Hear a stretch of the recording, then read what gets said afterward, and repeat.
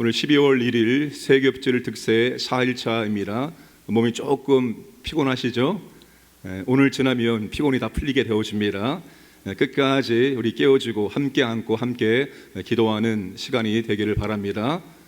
한 주 열심히 깨어 기도하고 다음 주 본게임에 다 주무시면 안 됩니다.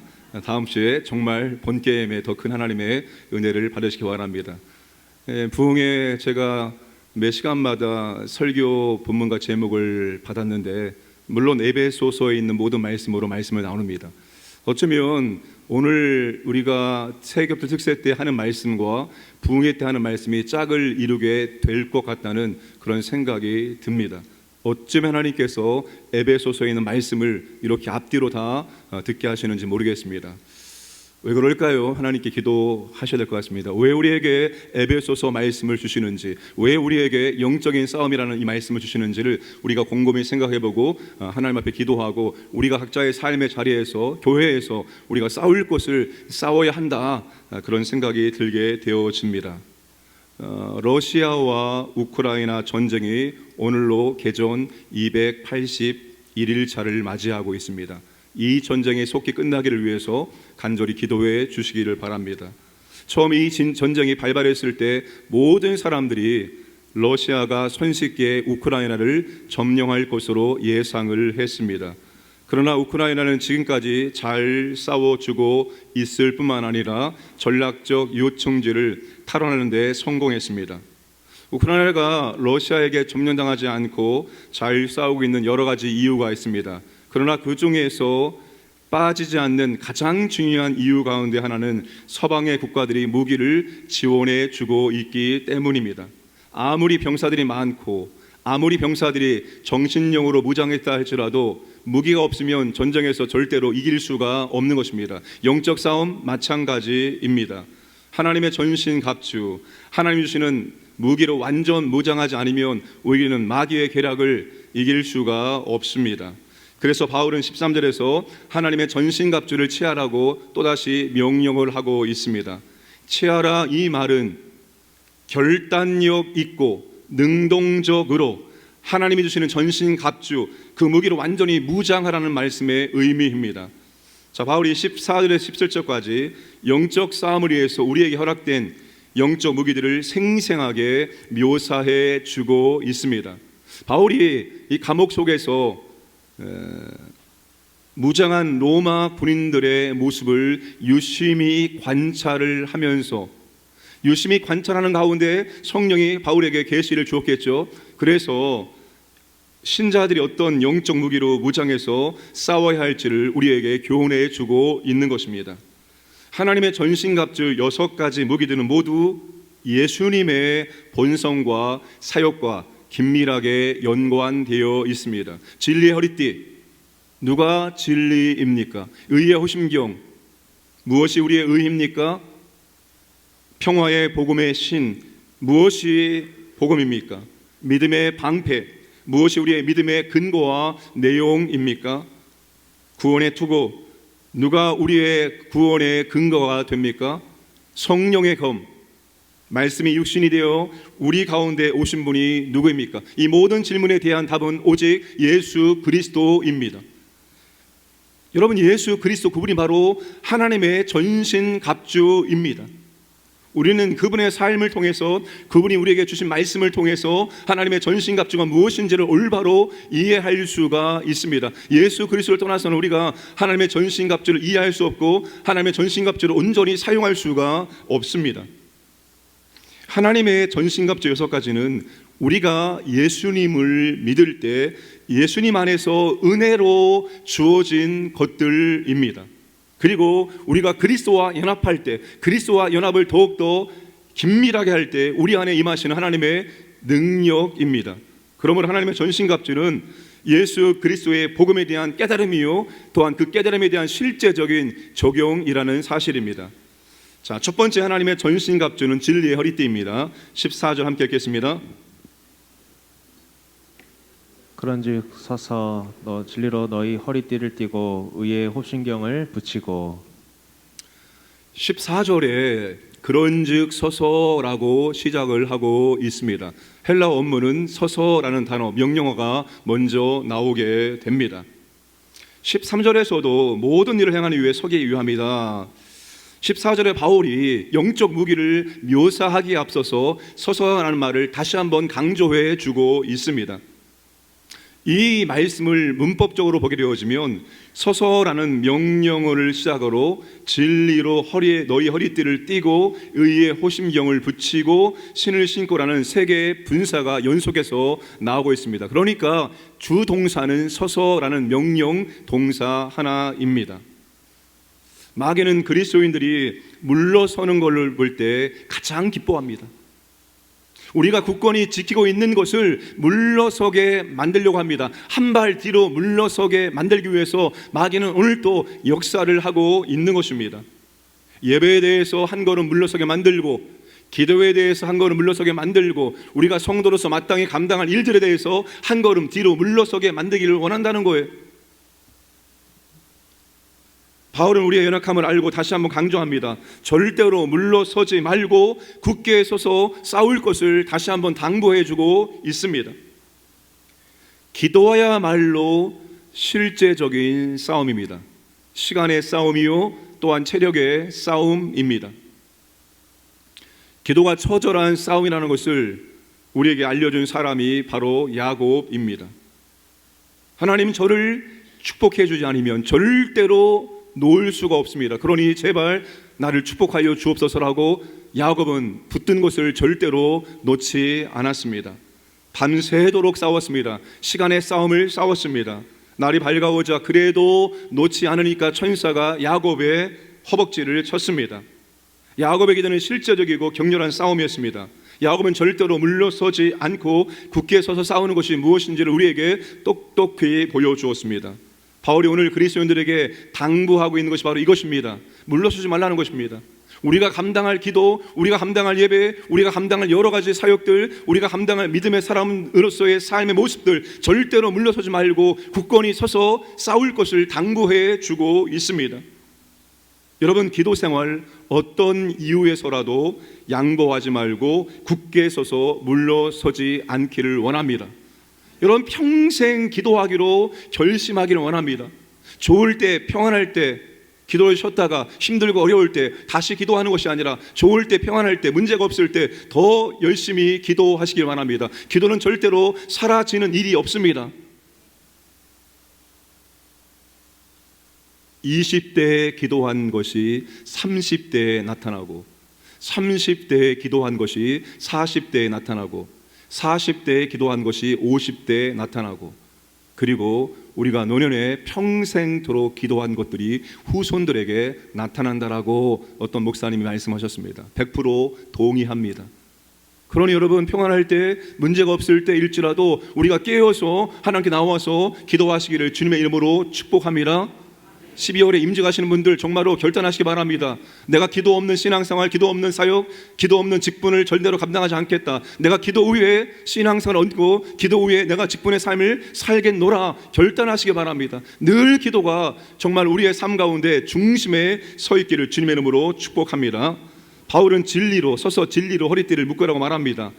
허리춤을 띠로 단단히 묶으라라고 말합니다. 로마 병사의 군복에 딸린 띠는 약 15cm의 너비의 가죽으로 만들어졌고 상의를 꼭 조여 몸을 움직이는데 걸리적거리지 않게 해주었습니다. 또한 그 허리춤에 호심경과 칼치 따위를 제자리에 고정시켜 주었습니다. 무엇보다도 허리띠의 핵심적인 역할은 전투 상황에서 공격이나 방어에 임할 수 있도록 아주 자유롭고 날렵하도록 만들어 주었습니다. 허리띠는 가장 기본적인 장비입니다. 기본적인 준비를 하지 않고 다음을 준비할 수가 없습니다. 허리띠를 먼저 착용을 해야 합니다. 그런 다음에 다음 장비들을 하나씩 착용해 나갈 수가 있습니다. 허리띠는 군인이 착용할 장비의 중심에 해당됩니다. 여러분, 진리가 첫 번째 영적인 무기입니다. 진리는 전신갑주의 아주 기본적인 요소입니다. 진리가 우리의 삶의 중심을 차지해야 합니다. 우리의 마음과 우리의 생각과 우리의 말과 우리의 행동에 진리가 있어야 한다는 것입니다. 여러분, 우리의 삶에서 느슨하게 풀어져 영적 싸움을 하는데 방해가 되는 것들이 있다면 무엇이든지 우리는 다시 진리로 동여매야 한다는 것입니다. 진리로 단단히 묶지 않으면 우리는 걸리적거리거나 넘어지거나 공격을 받음으로 영적인 싸움에서 절대로 승리할 수가 없습니다. 진리가 없으면 다른 무엇도 제자리에 오게 할 수가 없습니다. 우리에게 주어진 모든 것들이 제자리에 와야 되는데 진리가 없다면 우리에게 주신 모든 것들을 제자리에 놓지 못하게 된다는 것입니다. 그러면 여기서 말하고 있는 바울이 말하고 있는 진리가 뭘까요?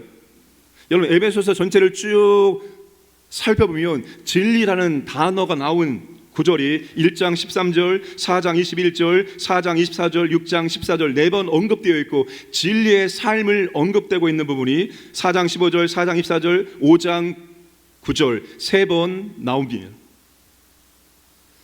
여기서 말하는 진리는 성경에 기록된 하나님의 진리를 의미합니다. 기록된 말씀에 계신 하나님의 진리를 말하고 또한 그 진리는 신자의 올바른 삶을 말합니다. 하나님의 교훈을 따라서 신자가 말씀을 따라 살아가는 삶, 그것이 바로 진리를 의미하고 있는 것입니다.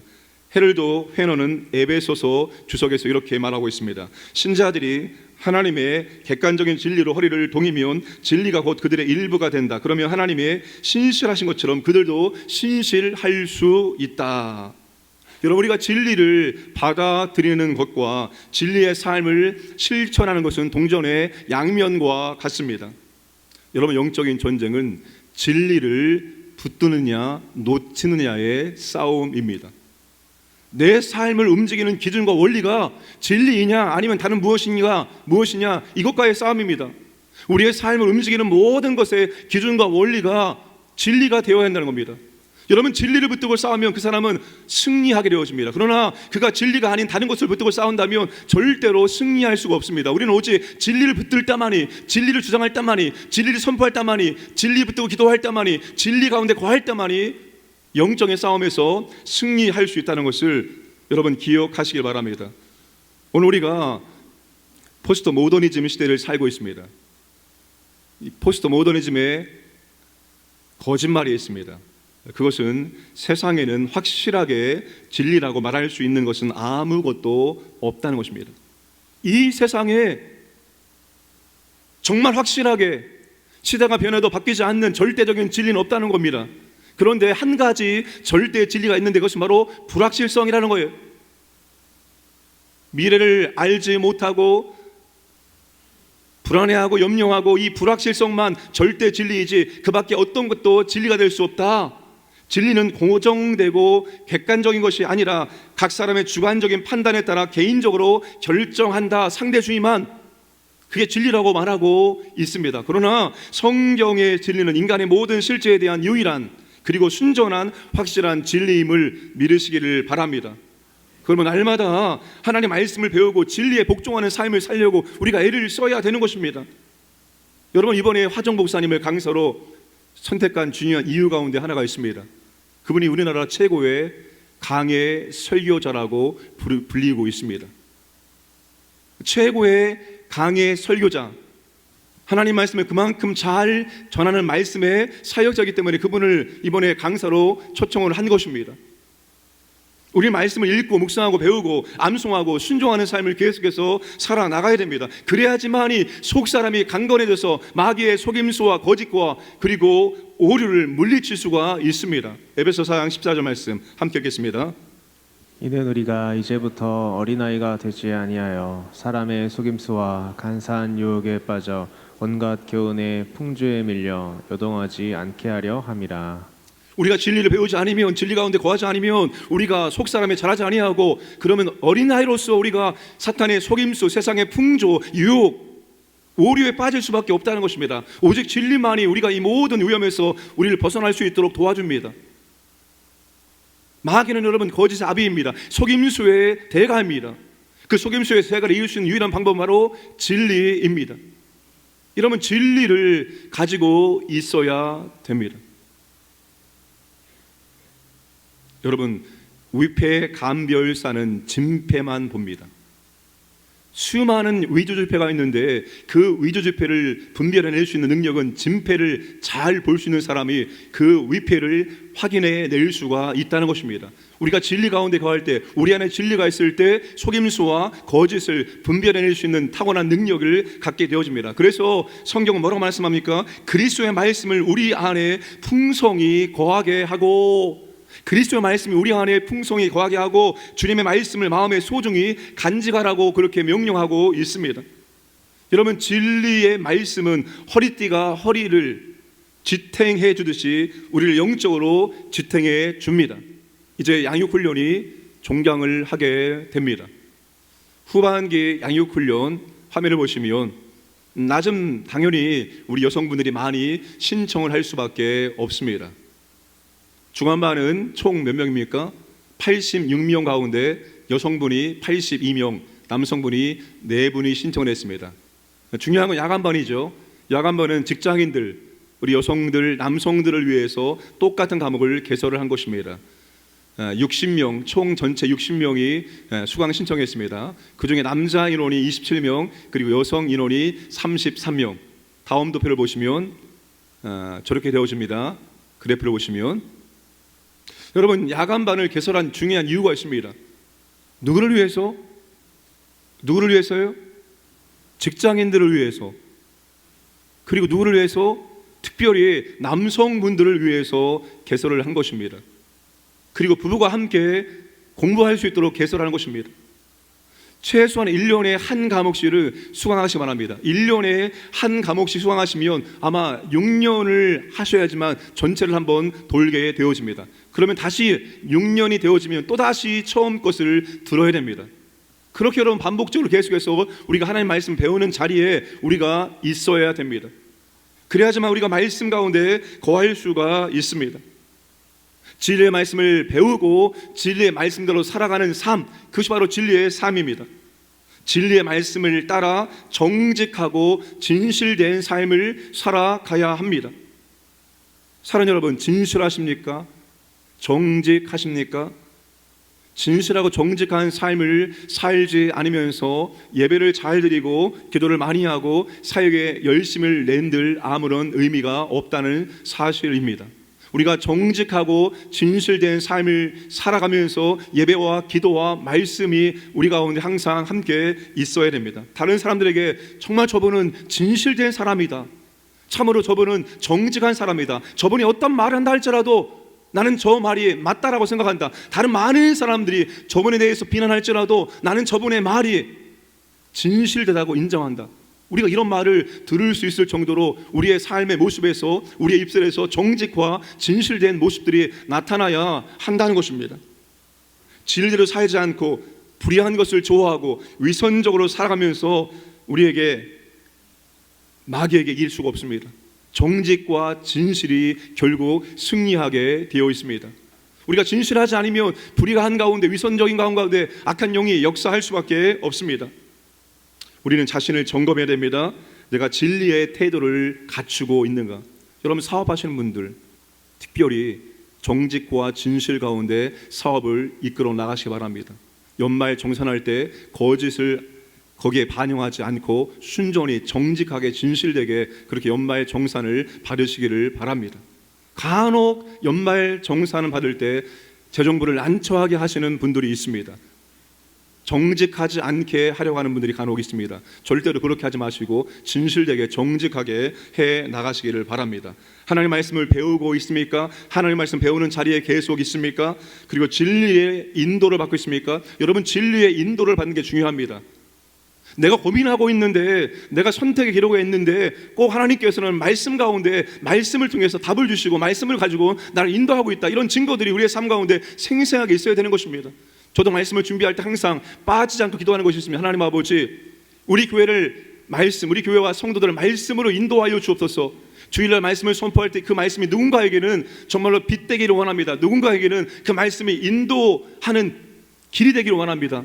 여러분, 우리가 말씀을 들음으로 하나님이 우리의 삶을 인도하고 있다는 것을 경험을 자주 해야 하는 것입니다. 그런데 내가 고민하고 기도하는 문제에 대해서 하나님께서는 말씀으로 한 번도 말씀해 주지 않았다, 이건 뭔가 문제가 있는 것입니다. 하나님은 우리를 말씀으로 인도해 주시는 분입니다. 내가 고민하고 있을 때, 어떻게 해야 될지 모르고 있을 때 항상 하나님께서 강단에 선포되어지는 말씀을 통해서, 혹은 내가 성경을 읽을 때 말씀을 통해서 우리가 안내를 받아야 합니다. 주일 말씀을 듣고 또한 그 중에 한 가지라도 내가 적용하려고 애를 써야 하는 것입니다. 듣고 감정적으로 뜨겁게 은혜받고 도전받고 그리고 삶을 살지 않으면 아무런 의미가 없습니다. 말씀 가운데 한 가지 말씀이라도 우리가 붙잡아야 됩니다. 그리고 그 말씀을 주중에 우리가 순종하려고 애를 써야 됩니다. 그래야지만 우리가 간증이 있는 삶을 살아갈 수가 있습니다. 말씀대로 순종하려고 할 때 하나님께서 우리에게 하나님의 놀라운 은혜와 능력을 경험하는 간증 있는 삶을 살아갈 수 있도록 만들어줍니다. 여러분, 간증이 풍성한 저와 여러분 되길 주님의 이름으로 축복합니다. 두 번째, 전신갑주는 의의 호심경입니다.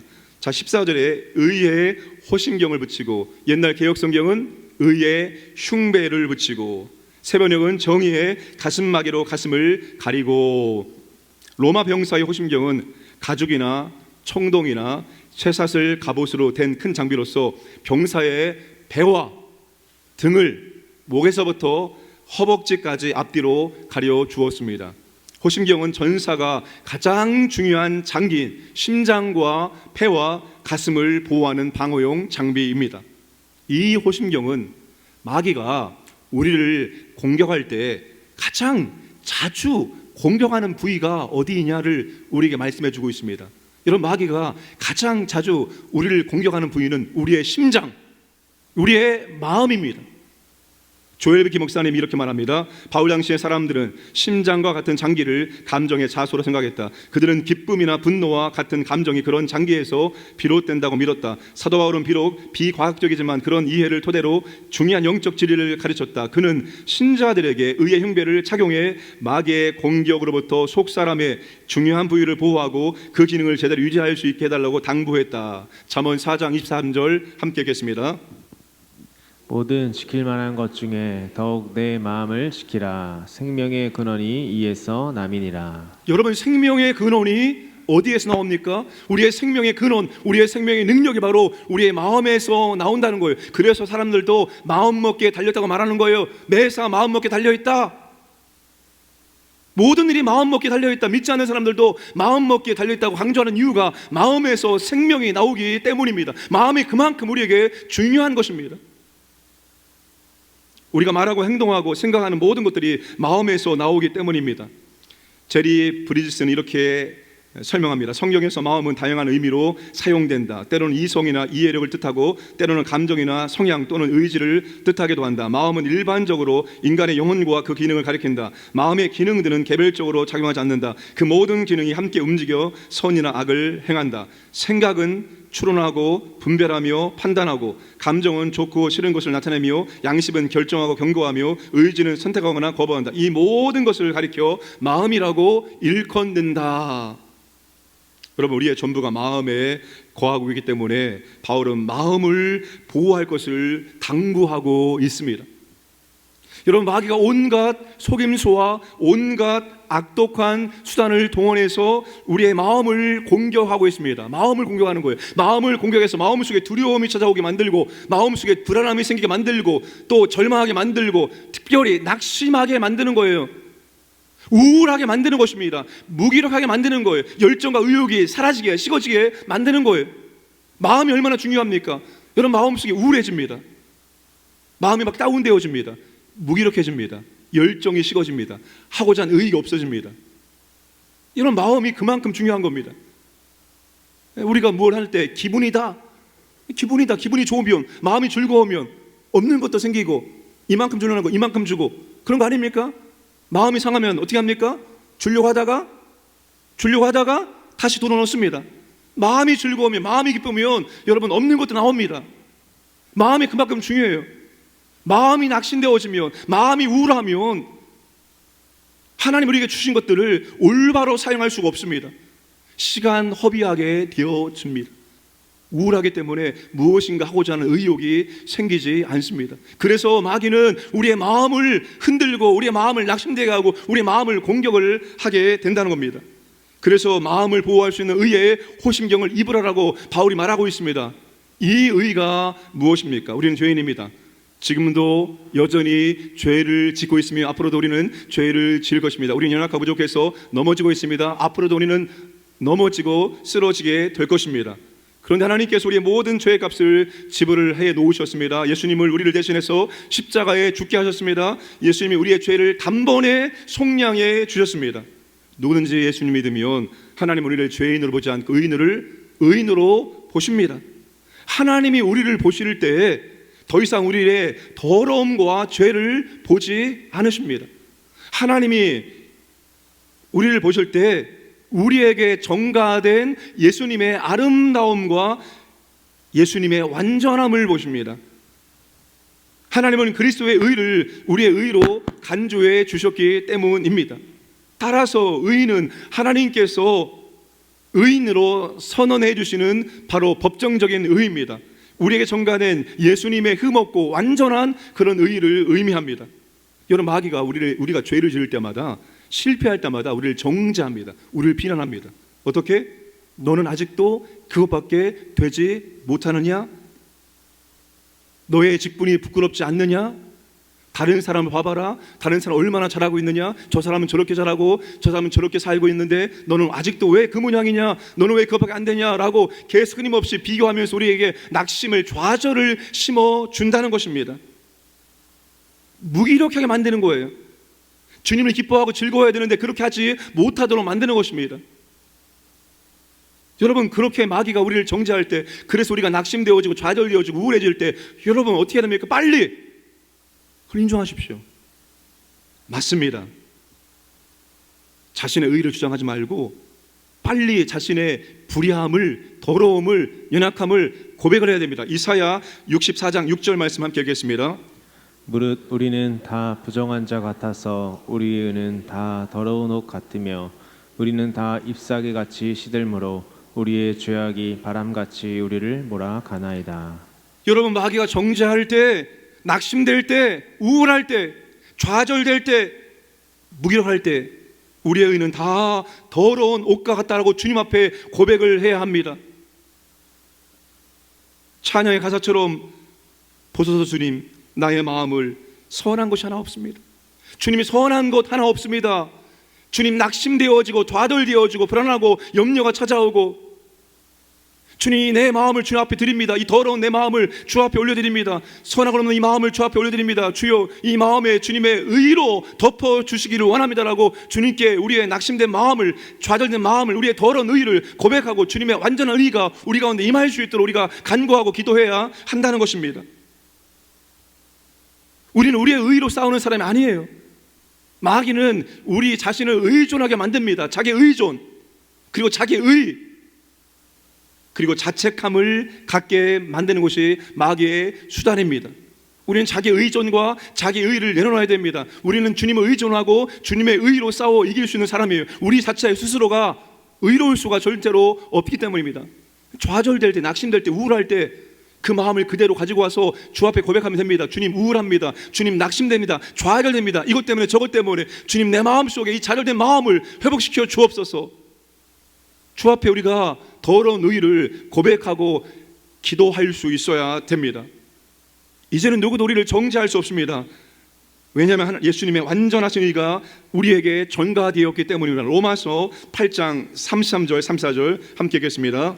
누가 능히 하나님께서 택하신 자들을 고발하리요 의롭다 하시니는 하나님이시니 누가 정죄하리요 죽으실 뿐 아니라 다시 살아나시니는 그리스도 예수시니 그는 하나님 우편에 계신 자요 우리를 위하여 간구하시는 자신이라. 여러분, 누군가가 마귀가 우리를 정죄할 때 여러분 인정하십시오. 맞습니다. 저는 더러운 의의를 가지고 있습니다. 제 힘과 능력으로는 이렇게 넘어지고 쓰러지고 낙심되고 우울할 수밖에 없습니다. 그러나 그리스도께서 내게 완전한 의의를 주었습니다. 여러분, 주님께 우리는 고백해야 됩니다. 낙심된 마음, 좌절된 마음을, 불안한 마음을 주 앞에 고백하고 다시 주님의 의가 우리 가운데 충만할 수 있도록, 주님의 의로 우리가 감당할 수 있도록 주 앞에 간구해야 한다는 것입니다. 우리의 자신감은 우리에게서 나오는 것이 아니라 바로 그리스도의 완전한 의에서 나온다는 사실입니다. 그 주님의 완전한 의를 붙들고 우리가 오늘도 신실한 진리의 삶을 살아가야 합니다. 우리에게 그리스도의 의가 전가됐기 때문에 우리의 삶 가운데서 그리스도의 의가 나타날 수 있도록 삶을 살아가야 한다는 것입니다. 그래서 이 의는, 칭의는 법정적인 객관적인 칭의이면서 또한 주관적인 의가 되어집니다. 주님의 의를 갖고 있는 사람은 의로운 삶을 살아가야 하기 때문입니다. 바울은 두 번이나 에베소 4장 24절 25절과 또 5장 8절 9절에서 경건한 삶을 살 것을 부탁합니다. 경건한 삶을. 너희들이 하나님의 자녀가 되지 않았느냐? 너희들이 빛의 자녀가 되지 않았느냐? 그러니까 이 삐뚤어진 세상 가운데서 빛들의 자녀들로 나타나기를 원한다.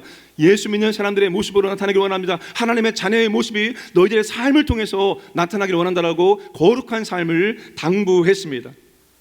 바울은 다른 서신에서 흉배의 내용을 믿음과 사랑이라고 밝혔습니다.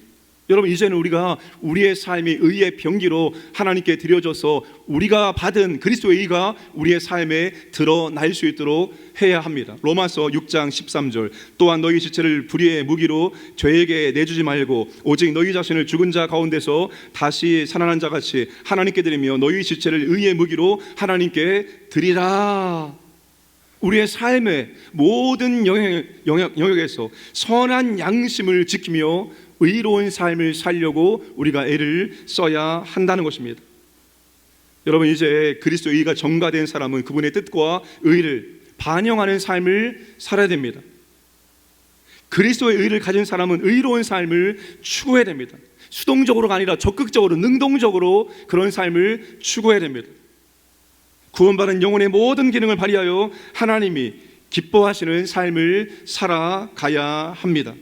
사랑하는 여러분, 의의 호심경을 장착해서 어떠한 정죄와 어떠한 비난, 어떠한 우울과 어떠한 낙심, 좌절도 이겨내시기 바랍니다. 그리고 주 앞에 더 나가서 주님께 주님의 의를 간구하고 오직 주님의 은혜와 능력으로 주님처럼 감당할 수 있도록 나를 사용해달라고 기도하시기를 주님의 이름으로 축복합니다.